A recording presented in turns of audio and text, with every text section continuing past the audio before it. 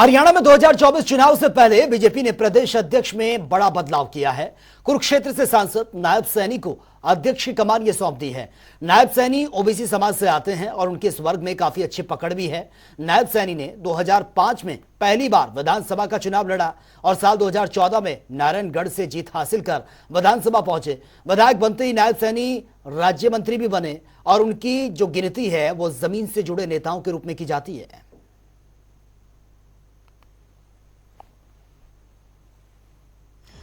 तो कौन है नायब सैनी? अंबाला के नारायणगढ़ के रहने वाले हैं जिनको आज बड़ी जिम्मेदारी ये दी गई है और लंबे समय से राजनीति में सक्रिय वो हैं, राजनीति में लंबे समय से एक्टिव हैं, बीजेपी संगठन में लंबे समय से वो काम कर रहे हैं।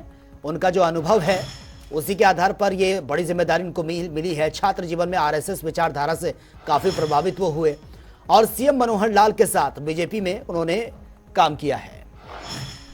और इसी के साथ साल 2005 में पहली बार विधानसभा का चुनाव नायब सिंह सैनी ने लड़ा। साल 2014 में पहली बार वो विधायक बने और इसी के साथ बीजेपी के टिकट से नारायणगढ़ में जीत उन्होंने हासिल की। साथ ही विधायक बनते ही नायब सैनी राज्य मंत्री भी बने। उनकी काबिलियत को देखते हुए उनको राज्य मंत्री बनाया गया और अभी बीजेपी ओबीसी मोर्चे के राष्ट्रीय उपाध्यक्ष भी हैं। साथ ही नायब सैनी की ओबीसी समाज में काफी अच्छी पकड़ है और जमीन से जुड़े नेताओं के तौर पर उनकी गिनती होती है। बहुत डाउन टू अर्थ हैं। यह अब तक का उनका राजनीति सफर रहा है। नायब सैनी को बीजेपी प्रदेश अध्यक्ष बनाए जाने पर कांग्रेस प्रभारी दीपक बाबरिया ने क्या कुछ कहा, इसको लेकर हमारे संवाददाता स्पष्ट शर्मा की रिपोर्ट आप देखिए।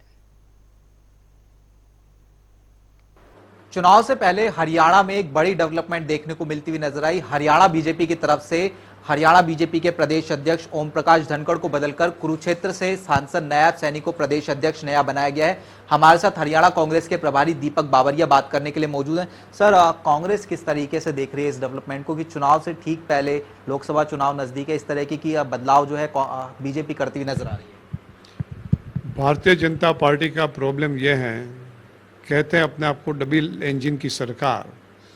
प्रॉब्लम दोनों इंजन में है और बदल रहे हैं, डिब्बे बदल रहे हैं। डिब्बे बदलने से कुछ होने वाला नहीं है। प्रजा ने मन बना लिया है कि दोनों इंजन को ही बदल देना है। सर, जिस तरीके से अगर हम बात करें, एक लंबा कार्यकाल जो है ओम प्रकाश धनखड़ का भी देखने को मिलता हुआ नजर आया था और अब जिस तरीके से एक बात करते हैं हरियाणा में Jat versus non Jat factor भी देखने को मिलता हुआ नजर आता है। ओम प्रकाश धनखड़ को हटाकर नायब सैनी को जो अगर बनाया गया है तो कांग्रेस इस रणनीति को किस तरीके से देख रही है? भारतीय जनता पार्टी की मैं समझ रहा हूँ कोई रणनीति ही नहीं है। वो जो है जो इस प्रकार के ड्रामा करके एक सेंसेशन पैदा करना चाहते हैं। बेसिक जो एक प्रजा को भी जो है समझ में आ गया है कि बेसिक बात यह है कि इनका नॉन परफॉर्मेंस है। ये नकारी सरकार है, भ्रष्ट सरकार है और सिर्फ हरियाणा की नहीं, हरियाणा और दिल्ली की केंद्र सरकार दोनों भ्रष्ट सरकार है और नकारी सरकार है। उसके नेतृत्व में प्रॉब्लम्स हैं और वो नेतृत्व को सही करने की जगह, अपनी नीतियों को सही करने की जगह ये इसी प्रकार की ड्रामेबाजी करके सेंसेशन पैदा करना चाहती हैं। मैं हरियाणा की प्रजा को ईश्वर बचाए इतनी अभी तो प्रार्थना करूंगा। कोई असर पड़ेगा चुनाव में इस तरह के बदलाव?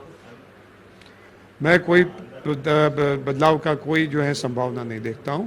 दे are going down the hill और उसके कोई रोक नहीं पाएगा। सर, इसके अलावा अगर हम बात करें, हाल ही में हरियाणा सरकार के 9 साल भी पूरे होते हुए जो है नजर आए हैं। मुख्यमंत्री भी अपनी प्रेस कॉन्फ्रेंस करते हुए जो है नजर आए। कांग्रेस की बात करें तो 9 साल का जो पूरा टेन्योर रहा है उसको किस तरीके से देखते हैं? मैंने अभी जो कहा, पूरा 9 साल का टेन्योर ने हरियाणा को 90 साल के लिए पीछे छोड़ दिया है। तो आज़ादी के बाद और हरियाणा स्टेट की रचना के बाद जो हाइट पे कांग्रेस के नेतृत्व में जो सरकारें बनी और उसको जहाँ ले गए थे, वहाँ से इन्होंने घड़ी के कांटा पीछे कर करके आज जो एक स्टेट जो एम्प्लॉयमेंट के मामले में पूरे देश में सबसे नंबर 1 पे था, जहाँ बेरोजगारी सबसे कम थे, उसकी जगह बेरोजगारी के सबसे ऊंचे दर्जे के राज्यों में उसका स्थान पहुंच गया। उसी तरह जो है बेरोजगारी के साथ साथ गुनाखोरी जो है उसमें भी आज हरियाणा प्रथम 3-4 स्टेटों में आ गया। महिला संबंधित गुनाहों में आ गया। स्टेट खुद ही जो है जो महिला उत्पीड़न में लोग फंसे हुए हैं उन लोगों को पनाह दे रही है, उसको मंत्री बना रही है। नैतिक अधपतन की और करप्शन की पराकाष्ठा हरियाणा में आ गई है। सर इसके अलावा हम कांग्रेस की बात करें तो सर कांग्रेस लगातार संगठन विस्तार की जो कोशिशें हैं कवायदे हैं वो करती हुई नजर आ रही है सर। कहाँ तक संगठन विस्तार सर पहुंचता हुआ नजर आया, आपसे जानना चाहेंगे।